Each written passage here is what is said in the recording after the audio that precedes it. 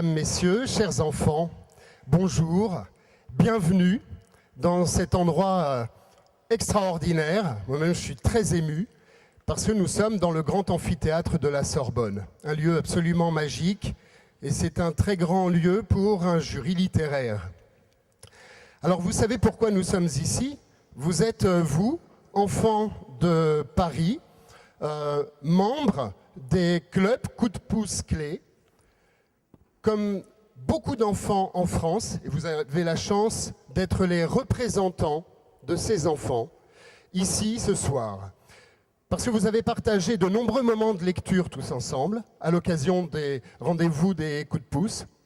Vous avez partagé et vous avez lu les mêmes livres. Et vous en avez choisi 4, parmi lesquels vous avez désigné le livre que auquel vous avez décidé de décerner le prix. Le prix de votre prix littéraire, le prix de votre concours, qui s'appelle donc le prix Caisse des écoles des premières lectures 2010. Et je crois que vous êtes le plus jeune jury littéraire de France. Donc c'est doublement émouvant, d'abord parce qu'un prix littéraire c'est quelque chose qui est extraordinaire, et en plus je crois que vraiment c'est d'autant plus extraordinaire que vous êtes les plus jeunes à décerner un prix. Alors on ne va pas tout de suite dire qui a gagné. D'abord, vous ne le savez pas vous-même. Vous avez voté, mais les autres camarades ont voté également. Nous saurons tout à l'heure qui a gagné. Et on va le faire de manière un petit peu solennelle. C'est une vraie cérémonie. Et qui dit une vraie cérémonie, dit une marraine. Et nous avons la chance immense d'avoir un très grand écrivain, en vrai, une grande dame de la littérature, qui a écrit de nombreux romans, L'âme sœur, La mélancolie du dimanche, et puis tout récemment, un livre qui peut-être a un écho aujourd'hui, puisque c'est N'oublie pas d'être heureuse, et aujourd'hui, je crois qu'on peut l'être. Merci beaucoup, Madame Christine Orban. Je vais vous demander de venir nous retrouver sur scène, la marraine de la cérémonie, de l'association et de cette manifestation. Et puis, je vais demander, pour accompagner Madame Orban, à qui je donnerai la parole dans quelques instants, prenez place, je vous en prie. Je vais demander également aux organisateurs de cette manifestation de venir retrouver Madame Orban sur scène. Alors il s'agit de Monsieur Augustin de Romanet, qui est directeur général de la Caisse des dépôts. Merci monsieur.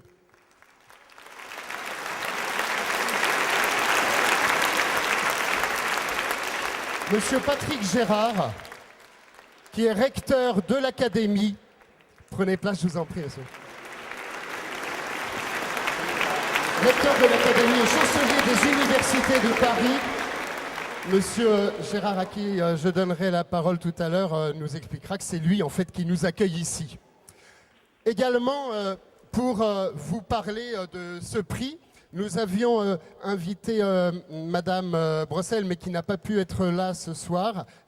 Et donc, nous avons parmi nous Madame Mathieu, qui est directrice générale des affaires scolaires de la ville de Paris.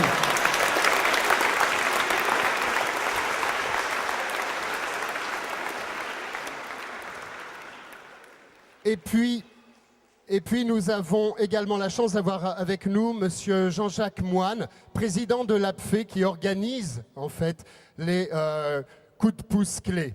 Merci mesdames, merci messieurs d'être parmi nous. Et sans plus attendre, je vais donc donner la parole à Madame Christine Orban pour ouvrir cette cérémonie. Je vais vous tendre un micro et auparavant, j'ai une question à vous poser, Madame Orban. Oui. C'est sans doute une question que tous les enfants se posent. Qu'est-ce qui vous a tout simplement donné envie d'être écrivain? L'envie de raconter des histoires. Et j'espère que vous aimez lire des histoires. Vous allez bientôt aimer découvrir les histoires. Je suis votre marraine, donc je suis là pour vous faire un cadeau. Et c'est un cadeau un peu spécial parce que c'est un cadeau immatériel. Ce sont des mots, un conseil, presque une expérience, parce que j'ai aussi des enfants comme vous et que je vous connais donc. Et je sais que les enfants aiment ce qu'ils savent faire. Alors, si vous ne pouvez pas encore découvrir tous les romans, toutes les belles histoires, vous allez bientôt pouvoir, grâce à la lecture. C'est le plus beau cadeau. Et c'est un cadeau spécial parce qu'il faut m'aider. Il faut que vous aussi, vous vouliez apprendre à lire, vous offrir ce cadeau. Et je dis que c'est un cadeau parce que même le plus beau, le plus grand, parce que grâce à la lecture, vous allez pouvoir faire des très beaux voyages, vous allez pouvoir découvrir des personnes d'un autre monde, des univers, des histoires de chevaliers, de guerriers. Vous allez apprendre plein de choses, vous allez découvrir tout un monde. Et au début, ça semble toujours un peu difficile. C'est normal. Et c'est là, quand c'est difficile, que vous devez vous dire il faut y aller, il faut absolument résister, parce que le cadeau va venir après. Et je vous envie beaucoup, parce que vous allez découvrir un jour des choses absolument formidables. Vous aurez les plus beaux moments de la vie, moi je trouve en tout cas, quand vous serez chez vous, allongé ou ailleurs, sous un arbre peut-être en vacances, à découvrir un livre et un univers. Voilà. Alors. Et maintenant la grande phrase. Oui. C'est pour ouvrir la cérémonie. Alors oui, puisque je dois ouvrir la cérémonie, c'est comme aux Jeux Olympiques, Oui. je déclare donc la cérémonie ouverte. Merci beaucoup.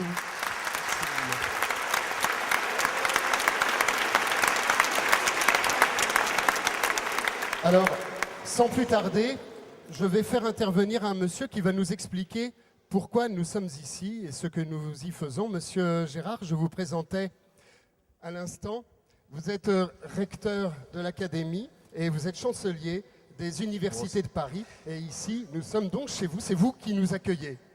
Voilà, je souhaite la bienvenue à tous les enfants. Je voudrais vous dire ici, vous êtes dans un endroit qui s'appelle, on vous l'a dit, quand vous êtes arrivés cet après-midi, ça s'appelle la Sorbonne. Qu'est-ce que c'est que la Sorbonne? La Sorbonne, c'est la... Ah, je vois qu'il lève le doigt. C'est quoi? C'est une fac, oui, c'est une fac. C'est la plus ancienne université de France. Et vous êtes dans cet endroit qui est le plus bel endroit de la Sorbonne qu'on a préparé pour vous cet après-midi, qui s'appelle le Grand Amphithéâtre et qui accueille d'habitude des manifestations très prestigieuses. Quand le président de la République vient à la Sorbonne, il vient ici. Eh bien aujourd'hui, c'est vous et on vous accueille. Pour une simple raison, c'est que vous avez lu des livres. Vous avez lu en classe, grâce à vos professeurs. Vous avez lu peut-être chez vous.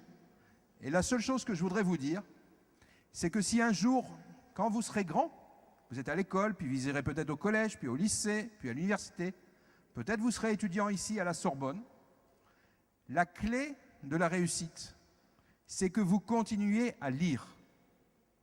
Souvent, on regarde la télévision, on regarde Internet, tout ça. Quelquefois, c'est intéressant. Ce qui est le plus intéressant, c'est de lire, parce qu'on retient ce qu'on a lu, parce que ça vous fait découvrir plein de choses sur votre vie et sur le monde. Et donc, aujourd'hui, vous avez eu la chance de lire des livres, de choisir celui qui vous paraît le meilleur, mais il faut continuer. Bientôt, le mois prochain, c'est les vacances. Pendant les vacances, il faut lire des livres. Il faut utiliser les bibliothèques de Paris ou des villes où vous êtes en vacances. Il faut essayer de vous intéresser à des livres et puis en parler entre vous. Voilà, c'est tout ce que je voulais vous dire et je vous souhaite une bonne après-midi. Merci beaucoup. Merci, monsieur Gérard.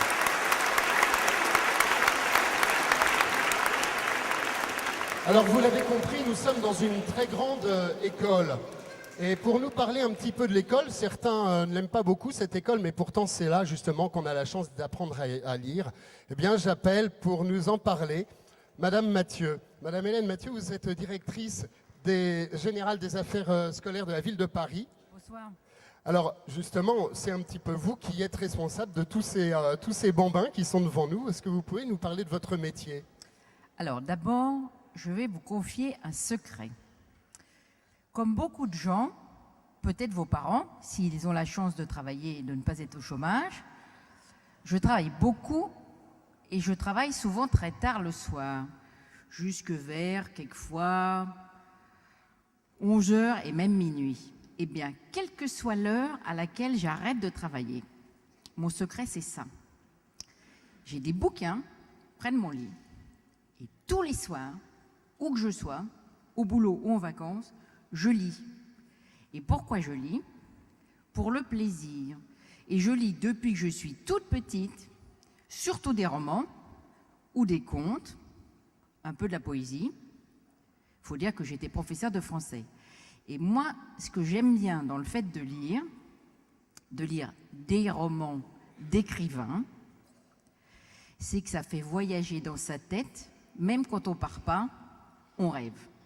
Et ça, je vais vous dire, ça m'aide à travailler. Alors mon boulot, c'est quoi? C'est pas compliqué. Vous êtes à l'école, nous, on s'occupe des travaux dans les écoles. Il y en a 660 à Paris, donc un coup de peinture, on change les fenêtres, on refait le chauffage. Enfin, vous voyez, quand il y a des travaux, qu'on lieu l'été ou qu'on lieu pendant les petites vacances, c'est les travaux. Ou même, ceux d'entre vous qui travaillent peut-être sur les économies d'énergie, vous savez, pour protéger la planète, pour faire baisser de 30% la consommation en énergie de vos écoles. On s'occupe aussi des gens qui sont avec vous. Pas les enseignants, mais les autres. Alors, je ne sais pas comment vous les appelez. Est-ce que vous appelez ça des femmes de service? Est-ce que vous les appelez des agents de ménage? Vous savez, c'est celles qui sont en blouse, rayées bleu et blanc, avec des petites chaussures blanches à talons compensés, et qui sont là.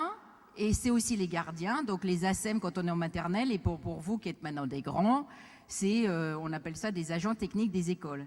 Mais il y en a 6000 à Paris. Donc, leur congé, leur salaire, quand elles sont en arrêt maladie, etc. Et puis, on s'occupe, pour ceux d'entre vous qui vont à la cantine, on s'occupe de la cantine. Et là, vos parents vont voir, à partir de la prochaine rentrée, pour la plupart d'entre vous, je pense, les tarifs du repas baisser. Parce qu'il y a 6 enfants et demi, mettons, 6 enfants sur 10 à Paris, dont les tarifs de cantine vont baisser l'an prochain. Donc ça, c'est un travail qu'on a fait, qui a été voté par la majorité des élus parisiens récemment. Et puis la cantine, vous savez bien que, sage au passage, il y a des surveillants.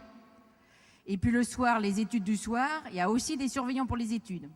Et ceux d'entre vous qui vont au centre de loisirs le mercredi ou pendant les petites vacances, ou même pendant les grandes vacances, et ben c'est des animateurs. Et tous ces gens-là, ils sont 13 000. Donc on essaye de les payer, de les former pour qu'ils fassent des projets intéressants avec vous. Voilà. J'arrête avec ça juste pour vous dire qu'on fait aussi des tas d'autres choses, mais je ne vais pas vous embêter parce qu'on n'est pas là pour ça. Mais quand vous partez avec votre instituteur, professeur des écoles en classe de découverte, ou quand vous partez pour un voyage scolaire, ou peut-être demain, certains d'entre vous, ça dépend des écoles, seront à une inauguration. Il y a 3 inaugurations, demain, après-demain et après-après-demain, qui vont vous intéresser. Demain soir, ça s'appelle Paris en toutes lettres. C'est un festival de littérature à Paris. C'est sa 2e année et c'est la première année que des enfants des écoles et des centres de loisirs sont associés. L'inauguration a lieu au 104 rue d'Aubervilliers. Après-demain, c'est encore une autre inauguration qui a lieu au musée du Petit Palais. Ça s'appelle Petit, mais c'est grand en fait. Et là, c'est des quantités d'enfants des centres de loisirs, 120 centres de loisirs, qui ont fabriqué des œuvres d'art, des travaux, avec les enfants des musées. Et puis avec les conservateurs des musées. Et puis encore une autre inauguration après, c'est sur des photographes qui ont travaillé avec vous dans les écoles et dans les centres de loisirs. Voilà, je m'arrête là. C'est juste pour vous dire bravo, parce que c'était du boulot de lire. Merci. Et puis vous verrez que quand on continue, c'est que du plaisir. Merci beaucoup. Merci.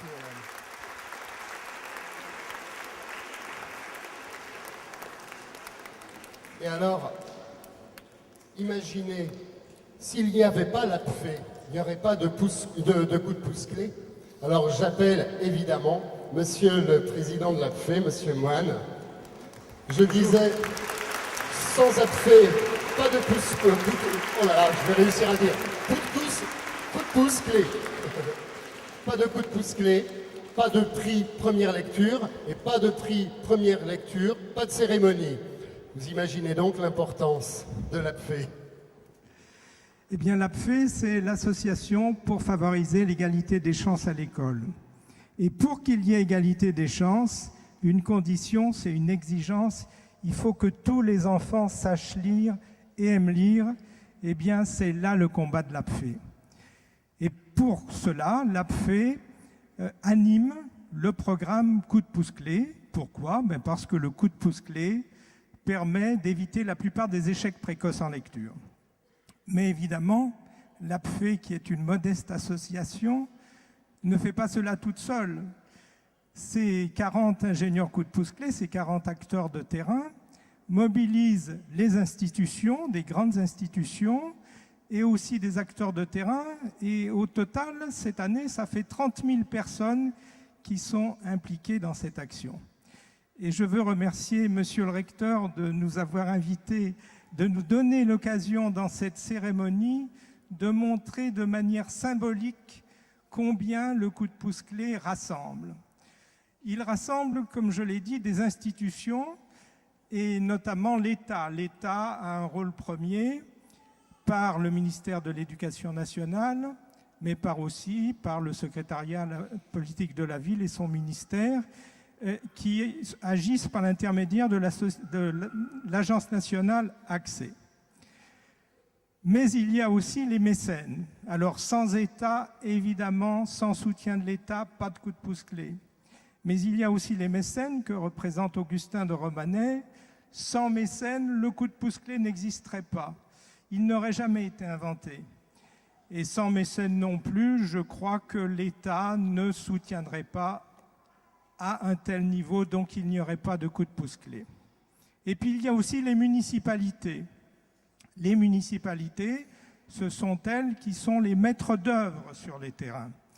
Il y en a actuellement 243 et la ville de Paris les représente ici, par l'intermédiaire de Madame Mathieu. Elle joue un rôle déterminant. Voilà pour les institutions. Les acteurs de terrain sont très nombreux, comme je l'ai dit, c'est 30 000 personnes qui sont engagées dans l'action, les enfants bien sûr, et leurs parents qui ont joué un rôle déterminant, et je voudrais qu'on applaudisse très fort les enfants et leurs parents.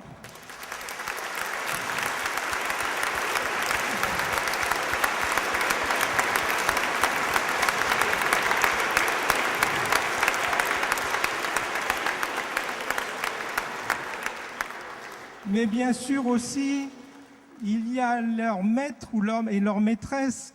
C'est à l'école que l'on apprend à lire. L'école joue un rôle premier. Et en plus des écoles, il y a des maîtres d'école, il y a d'autres maîtres que les maîtres de CP.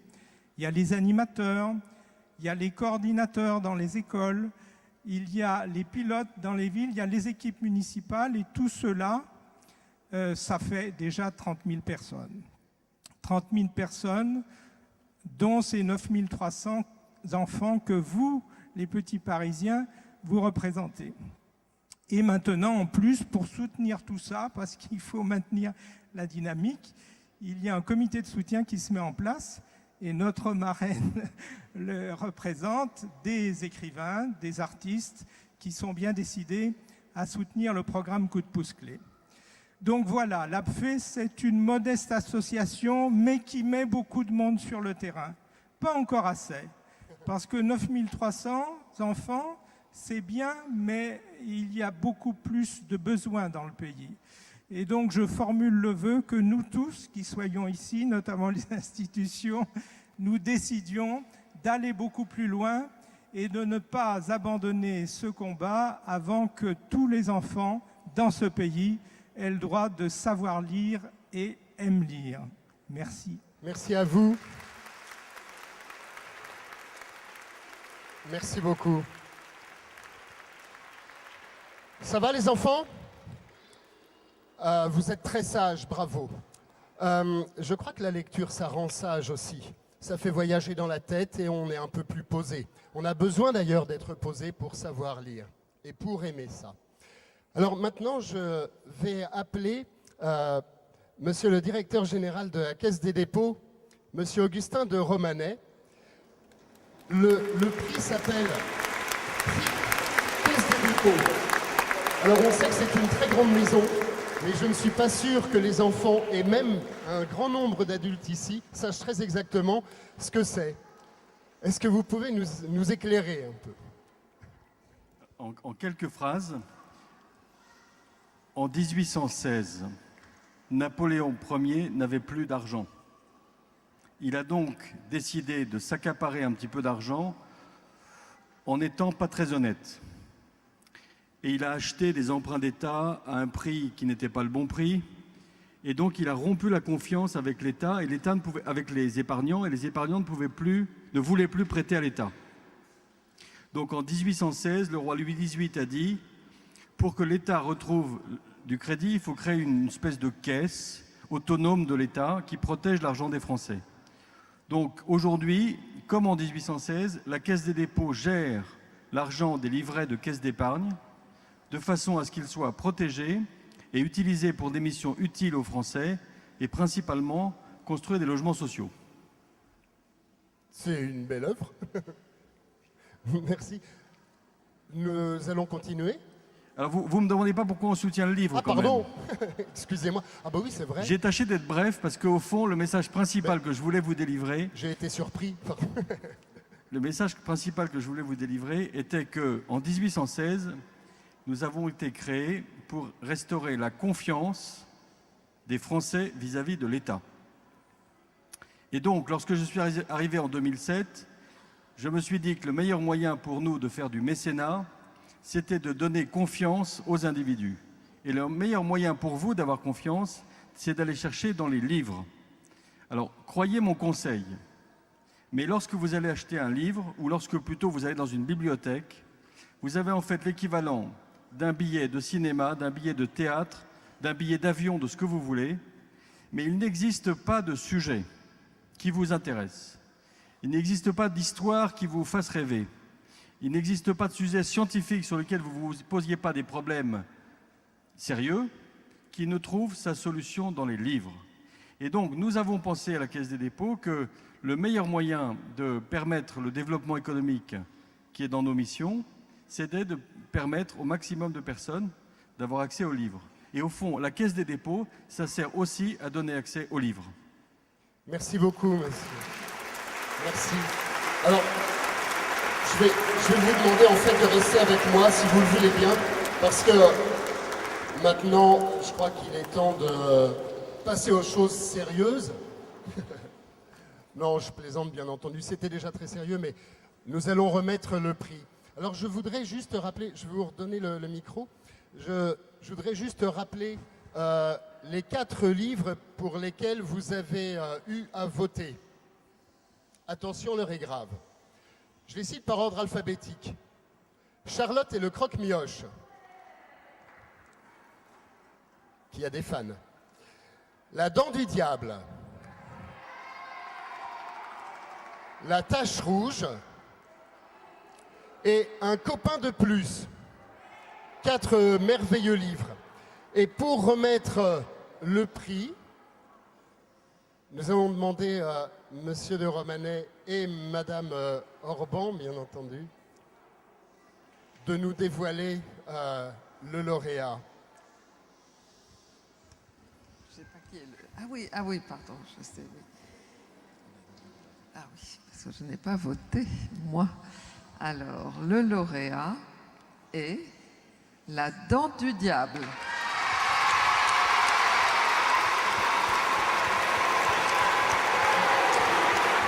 Quel succès, hein?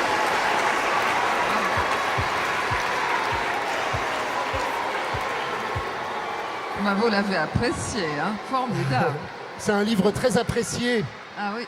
Alors, nous allons demander à l'auteur et à l'illustrateur de monter sur scène. Et pendant ce temps, vous avez le temps de venir puisque pendant ce temps-là, nous allons faire une petite lecture, un court extrait de La Dent du Diable, qui a été écrit par Arnaud Almeras et illustré par Danker Leroux. Bonjour messieurs, bravo.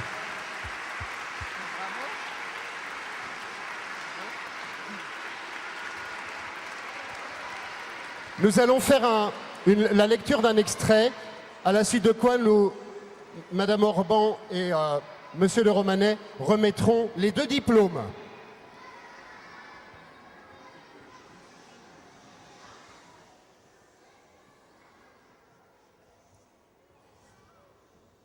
Laure et Xavier accostèrent sur une île et se cachèrent derrière un tronc d'arbre. De là, ils apercevaient les 2 brigands. Ceux-ci faisaient face à une vieille femme qui se tenait sur le seuil d'une cabane délabrée. Fulmin s'adressait à elle. « Alors, la vieille, tu es sourde? Je t'ai demandé si tu savais où se trouve la dent du diable. » D'une voix faible, la vieille femme courbée répondit. « Accompagnez-moi. Seul dans ce brouillard, vous pourriez vous perdre. » Et tous les 3 s'enfoncèrent vers l'intérieur de l'île. Silencieusement, Laure et Xavier les suivirent. Ils arrivèrent bientôt devant un rocher en forme de dent pointue qui se dressait vers le ciel. Barik et Fulmin, bouillant d'impatience, en firent le tour. « Eh, y a pas un passage ou une grotte? » La vieille femme plissa les yeux. Je me souviens. Je crois qu'il y a une légende qui parle d'une formule. Elle se tourna alors vers le rocher et récita. Oh, dent unique et colossale, toi qui recèles le trésor, laisse-nous pénétrer dans ta salle et qu'on contemple ton trésor. À ces mots, une ouverture apparut dans la paroi de pierre. Stupéfaits et ravis, les 2 brigands allumèrent une torche et entrèrent dans la caverne, suivis par la vieille femme. Derrière eux, la paroi se referma silencieusement. Toujours cachés, Laure et Xavier n'en croyaient pas leurs yeux. Un extrait, c'est frustrant, parce qu'on a envie de connaître la suite. Alors vous, bien sûr, les enfants, vous connaissez la suite. J'espère que les grands auront envie de la découvrir. Et maintenant, vous allez remettre les prix, Madame Orban et Monsieur de Romanet. Je vous laisse le remettre.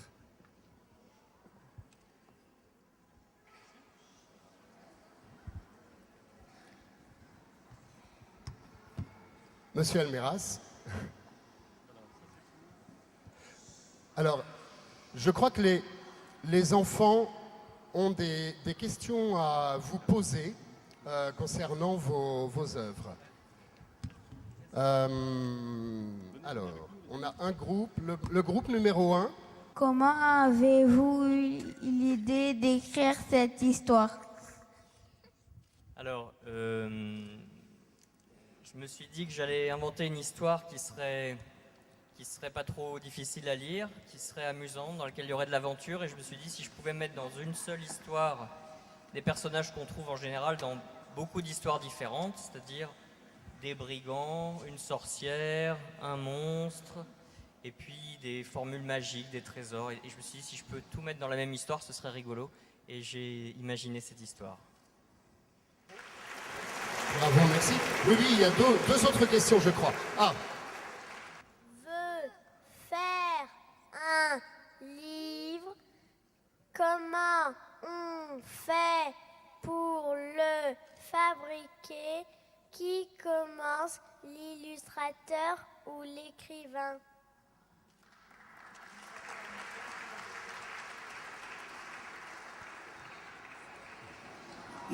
Alors pour démarrer, pour construire un livre, souvent l'éditeur demande à un écrivain un texte, ou c'est peut-être aussi l'écrivain qui propose un texte.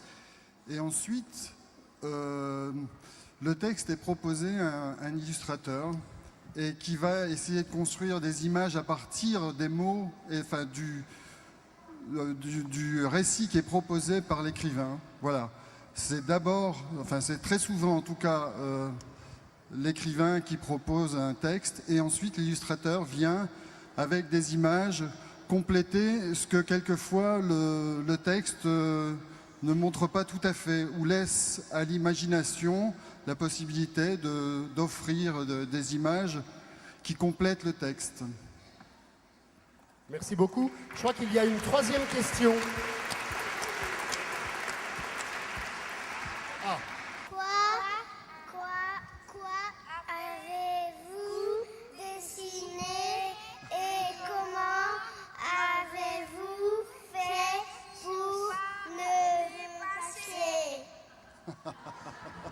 C'est une bonne question. Alors là, bon, on va entrer dans un domaine un peu technique, mais c'est pour rester assez simple, je démarre mon travail d'illustrateur comme vous démarrez quand vous démarrez un dessin. Moi, j'utilise la feuille, j'utilise un crayon de mine, et je cherche des images que m'évoque le texte. Voilà. Et je vais ensuite passer tout ça dans un scanner. Mais ça, c'est un peu technique, excusez-moi. Je pense que vous savez ce que c'est qu'un scanner. Et je vais, par l'ordinateur, mettre en couleur mes images.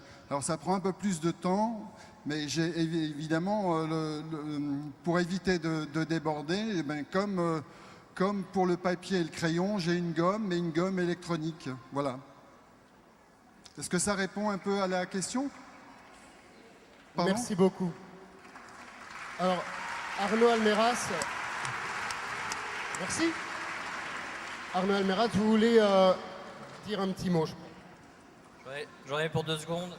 Je voulais vous remercier les enfants parce que ce prix me touche particulièrement. J'écris des livres pour que les enfants de votre âge trouvent beaucoup de plaisir dans la lecture et qu'un jour ils puissent lire d'autres choses, des grands livres, ou bien découvrir beaucoup de choses sur le monde. Donc pour moi, de recevoir ce prix de votre part, c'est vraiment une très belle récompense. Je voudrais remercier Dan parce qu'il a fait des illustrations avec beaucoup d'atmosphère et d'ambiance, et je pense que ça rend ce livre un très joli livre grâce à ses illustrations. Je voudrais remercier mon éditeur parce que sans lui ce livre n'existerait pas, et en particulier Sophie Nanteuil avec qui j'ai travaillé. Je veux remercier les partenaires et en particulier les bénévoles des clubs Coup de Pouce. J'en ai rencontré l'année dernière. Ces gens, je voudrais les saluer parce qu'ils font un travail formidable. Voilà. Et puis je voudrais remercier ma femme et mes enfants qui me supportent dans tous les sens du terme chaque jour de ma vie. Voilà. Merci beaucoup.